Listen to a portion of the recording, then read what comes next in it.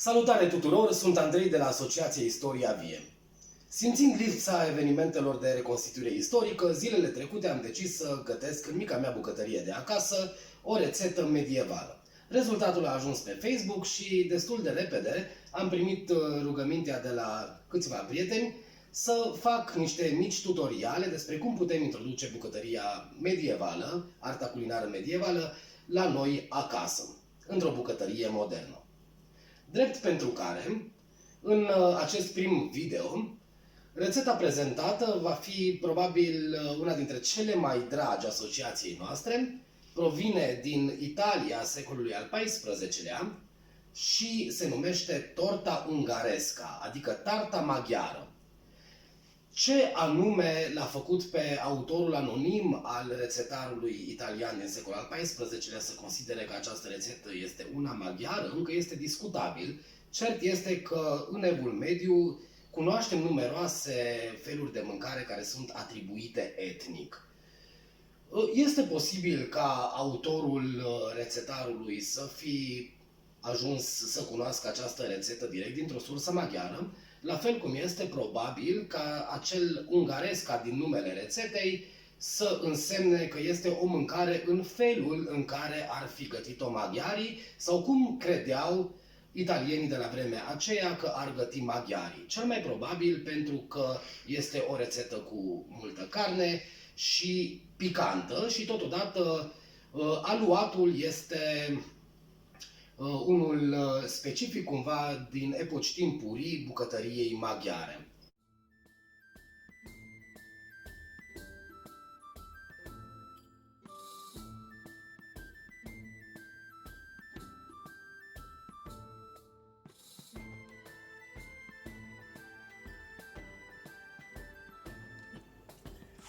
Așa cum am spus mai devreme, această torta ungaresca este o tartă din aluat umplută cu un amestec de carne și cu niște condimente savuroase.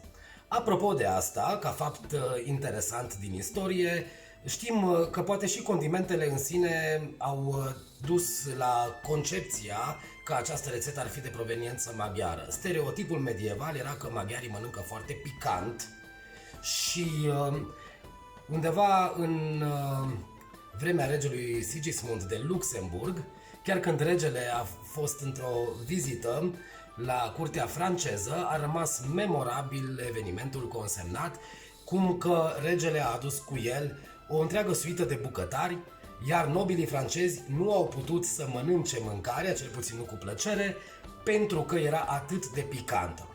Ei bine, chiar dacă vestita paprika iute maghiară este încă la secole depărtare de a fi folosită în gastronomie, se pare că încă din timpuri destul de vechi, bucătăria maghiară era caracterizată printr-o oarecare picanterie. De obicei, notele picante din bucătăria medievală erau obținute prin câteva ingrediente care erau mai la îndemână atunci, unul dintre principalele astfel de ingrediente fiind ghimbirul, care alături de gustul picant are și o aromă specifică și foarte interesantă. Totodată piperul, care până în secolul al XIII-lea era atât de valoros încât era plătit cu greutatea lui în aur, dar din secolul al XIV-lea apare în sursele scrise cu apelativul de condimentul săracului. Adică deja piperul în secolul al XIV-lea este un ingredient, un condiment foarte la îndemâna întregii populații. Ingredientele pentru această rețetă sunt foarte ușor de procurat din oricare magazin. Avem așa, pentru aluat, făină, niște ulei, uleiul nu doar pentru aluat, ci și pentru restul rețetei. În original, autorul cărții de bucate ne sugerează untură, dar s-a întâmplat să nu am eu exact acum untura acasă. Untura într-adevăr îi dă un gust puțin mai autentic, dar uleiul funcționează cel puțin la fel de bine. Puțină sare, puțină miere, puțină drojdie și 2 ouă. Iar pentru restul avem pregătit aici carne de porc tocată, aproximativ jumătate de kilogram, un piept de pui, câteva zarzavaturi, adică morcov și pătrunjel, ceapă, puțin șofran, niște vin roșu sec, lămâie de la care vom recolta zeama, ghimbir și piper din abundență. Totodată am aici, încă de anul trecut, când am pus la o parte, când am locuit câteva luni în munte, în Apuseni, niște cimbru sălbatic, care va da o aromă foarte bună. Bineînțeles, dacă nu aveți acces la cimbru sălbatic, puteți folosi liniștiți cimbru, chiar cimbru uscat de la Plic. Recomand de altfel cimbrul proaspăt, crenguțe. Și pentru a îmbogăți experiența medievală, în seara aceasta voi folosi cuțitul meu utilitar medieval de la Nemanja Patović din Serbia. Thank you, Nemanja! Înainte de toate, ca să ne facem loc și să câștigăm timp, curățăm zarzavaturile, le spălăm și le tocăm cu burețe.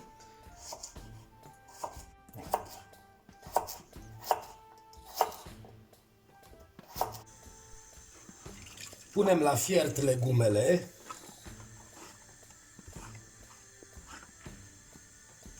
Împreună cu pieptul de pui și puțină sare. Ele se vor întrepătrunde foarte frumos ca arome și totodată astfel se creează și o bază perfectă pentru o supă de pui. Și o ceapă. Să trecem la aluat. Avem în acest bol deocamdată aproximativ 850 de grame de făină, dacă mai trebuie mai adăugăm, cu puțină sare. Adăugăm 2 ouă,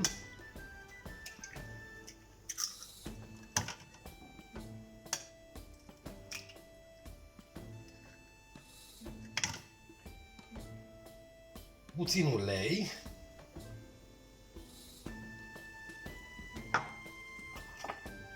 puțin unt rece,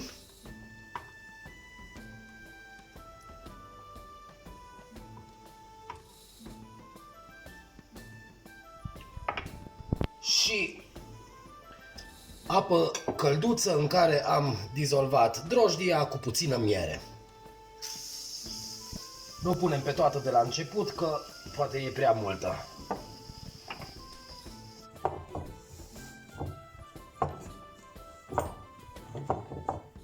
Când aluatul este bine frământat și nu se mai lipește de degete,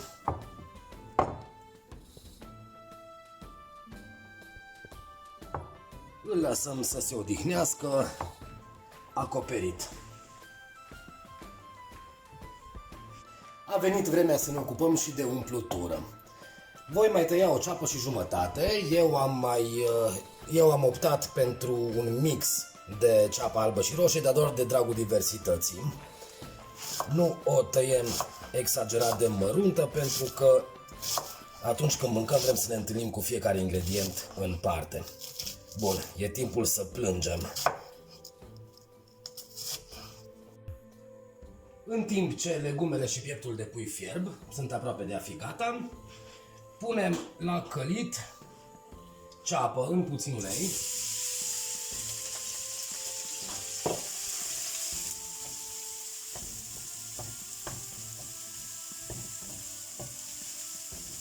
Și așteptăm să se facă sticloasă.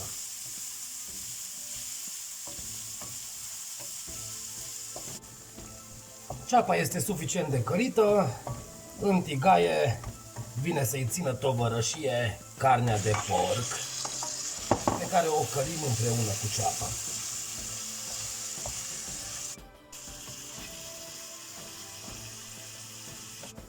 Adaug și cimbru sălbatic pentru o aromă fenomenală.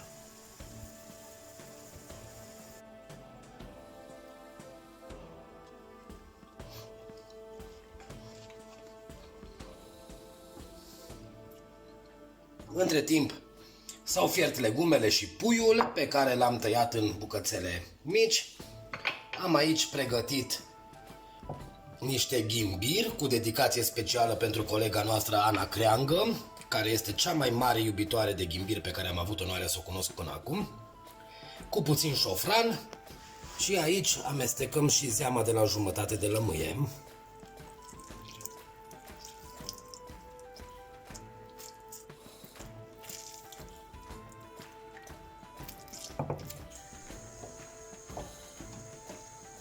Adăugăm totul în tigaie cu carnea de porc călită cu ceapă.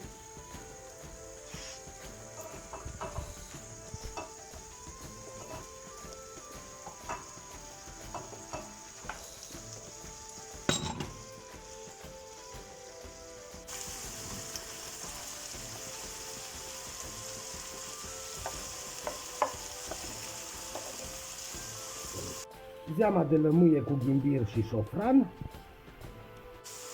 piper din abundență, fără niciun fel de reținere sau jenă,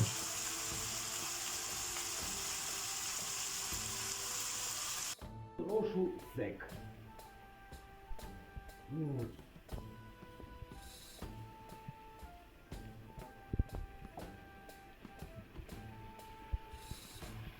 Și acum le lăsăm să se desfete împreună.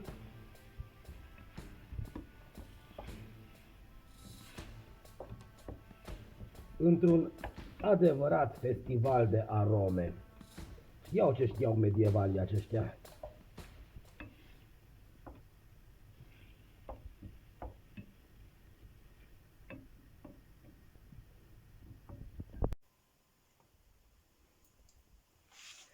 Dragi prieteni, avem aici un aluat moale și pufos care va provoca încântare garantată la degustare.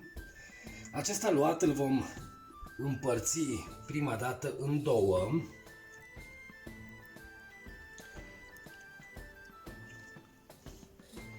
Rupem din el aproximativ o treime, care va fi capacul tartei. Iar din celălalt, din aluatul rămas, vom forma cu mâna două foi.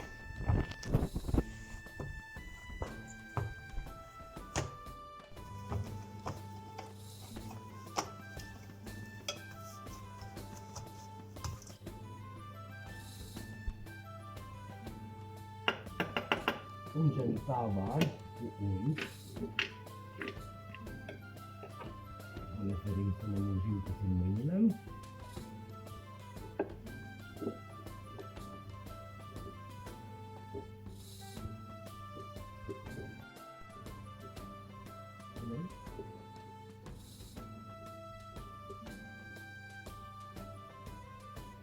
Și așezăm această primă foaie de aluat. V-am scutit de etapa de filmare a întinderii aluatului în tavă. Am întins primul strat, așa cu marginile atârnând deasupra marginii tăvii și revenim cu un strat de unt și apoi vom așeza al doilea strat de aluat. Întindem aluatul începând dinspre margini, pentru că dacă începem chiar din centru, el tinde să se rupă în mijloc. Și îl pregătim pentru așezare peste primul strat în tavă.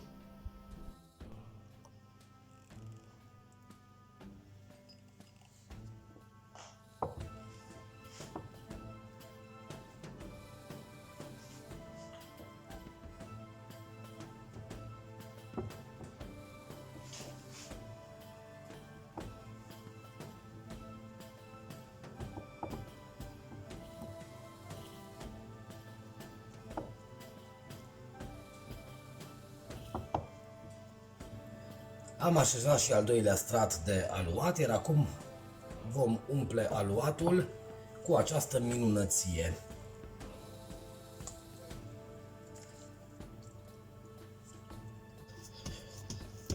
Am potrivit de sare umplutura și am așezat-o în interiorul tăvii peste aluat, iar acum următorul pas este să modelăm o foaie de aluat aproximativ de forma tăvii. Așezăm căpăcelul acesta peste, îl modelăm să acopere cât mai bine, iar apoi urmează să împăturim marginile peste acest căpăcel.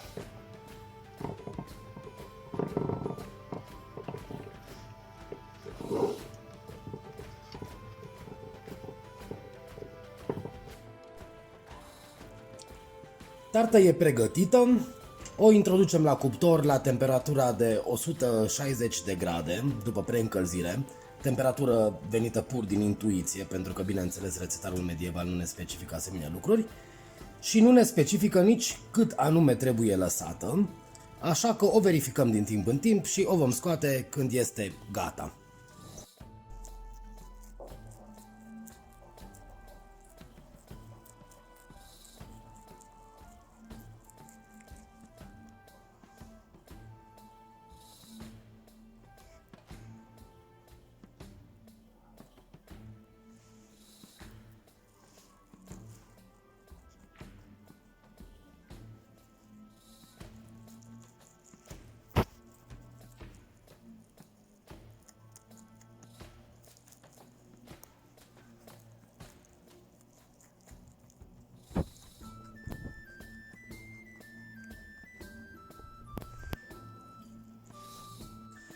Ne echipăm cu gambeson și scoatem tarta care este gata. Ea s-a rumenit absolut superb și, dat fiind că am respectat instrucțiunile din carte și moda vremii, așa cu marginile rulate peste capac, tarta seamănă foarte mult cu reprezentările pe care le vedem în general din sursele medievale.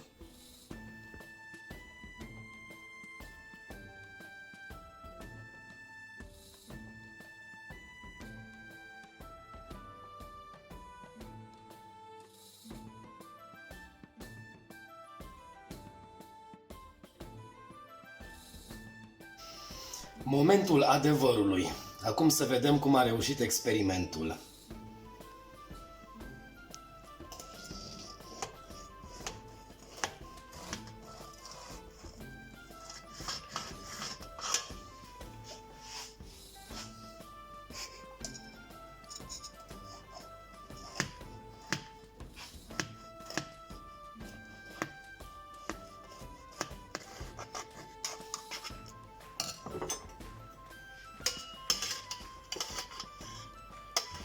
Vai de capul meu!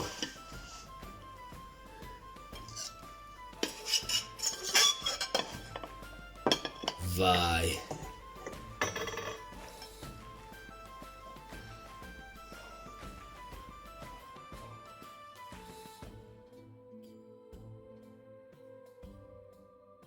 Dragi prieteni, a ieșit o adevărată minunăție.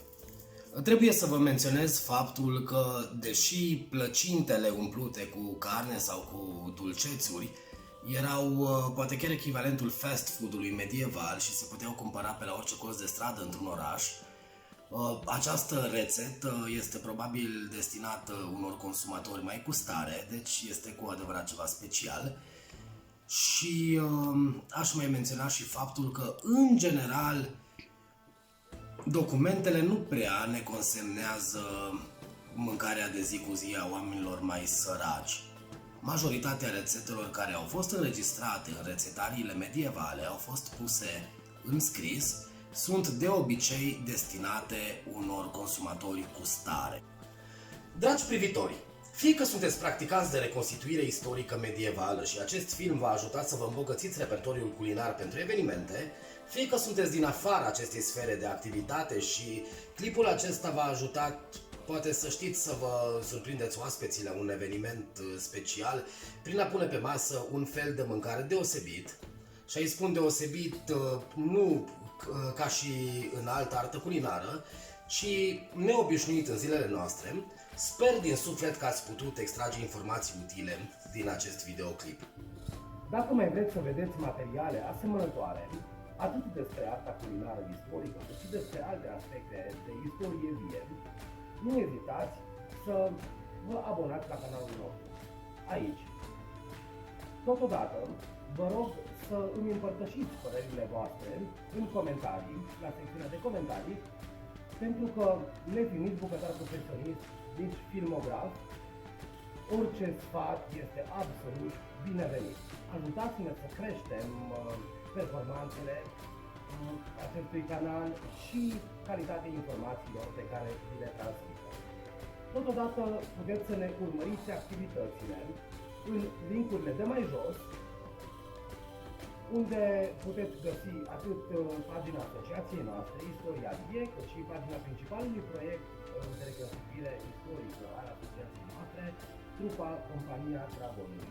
Vă doresc să treceți cu bine de perioada acestei pandemii și de restricțiile impuse de ea și să ne vedem cât mai curând la un eveniment într-un cadru mai propice călătoriei în timp în vremurile medievale.